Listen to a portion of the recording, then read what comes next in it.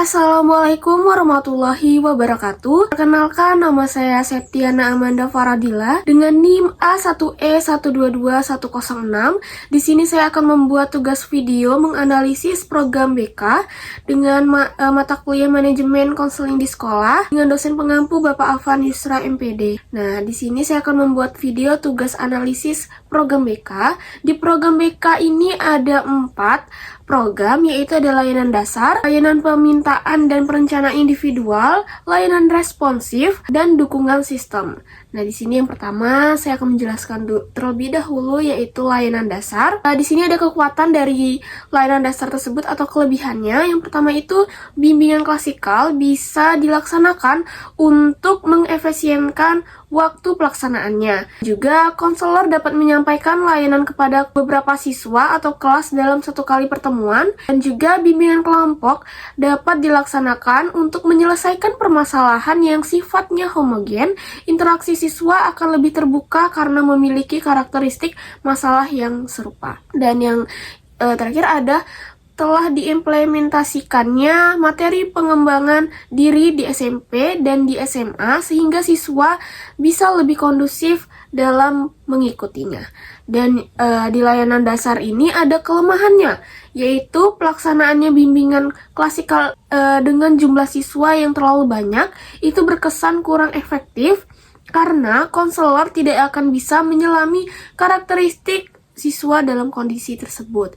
Dan juga pelaksanaan bimbingan kelompok kurang mendapatkan hasil apabila konselor tidak profesional dalam mengelompokkan karakteristik masalah konseli atau siswa yang sifatnya homogen atau serupa. Dan juga materi pengembangan diri menjadi perdebatan nih, karena banyak guru yang berpendidikan non-BK atau bukan guru BK mengisi kegiatan tersebut sehingga sifatnya kurang kondusif. Dan juga beban konselor ini yang dihadapkan dengan 150 siswa belum mengalami pemerataan, sehingga di beberapa sekolah seorang konselor bisa lebih dari 150 siswa yang ditanganinya.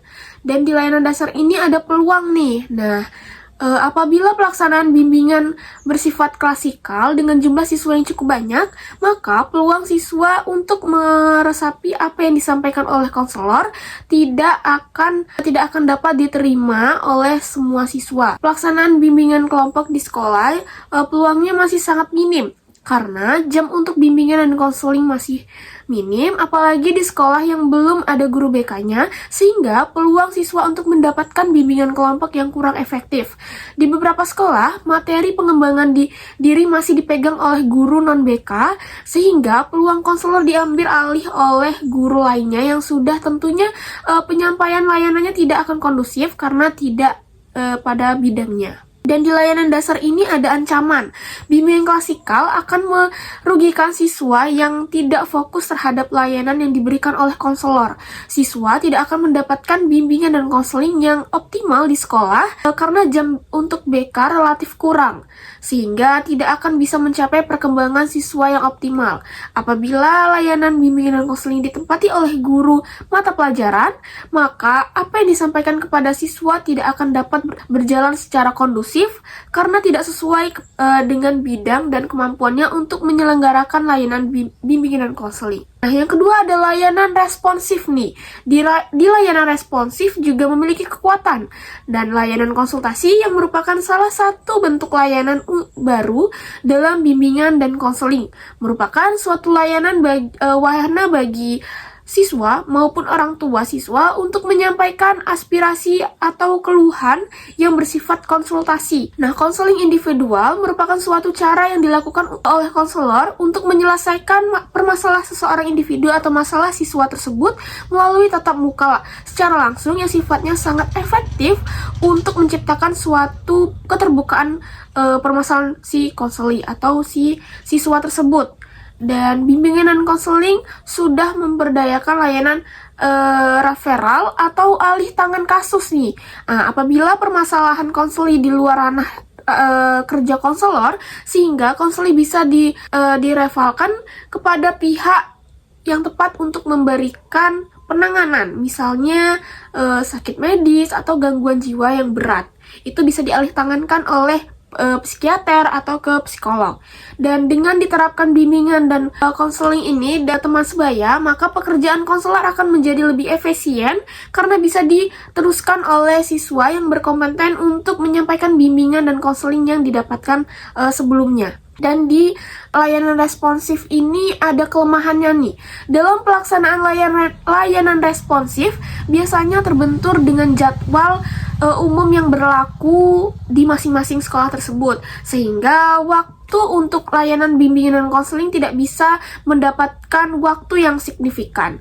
Dan juga konselor yang kurang berempati kepada konseli akan membawa pemikiran konseli menjadi kesal karena pelayanannya kurang memuaskan menurut dia. Dan layanan konsultasi masih kurang berjalan efektif karena siswa atau beberapa kalangan masyarakat tertentu masih menganggap bahwa konselor itu sebagai polisi sekolah atau sistematikanya ini pelayanan tidak jauh berbeda dengan guru mata pelajaran. Dan di layanan responsif ini ada peluang nih.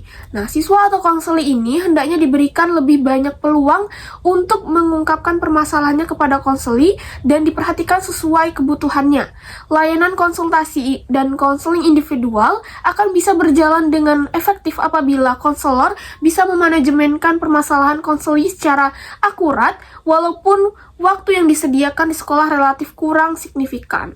Penyelenggaraan alih tangan kasus ini akan memberikan peluang kepada konseli untuk menemukan pemecahan masalahnya yang sebelumnya tidak dapat ditangani oleh konselor karena di luar keahliannya.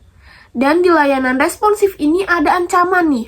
Apabila konselor tidak responsif terhadap permasalahan si konseli atau si siswa tersebut, maka kepercayaan si konselor menjadi kurang baik di mata si konseli atau siswa tersebut karena sifatnya kurang empati terhadap si konseli tersebut. Nah, apabila konselor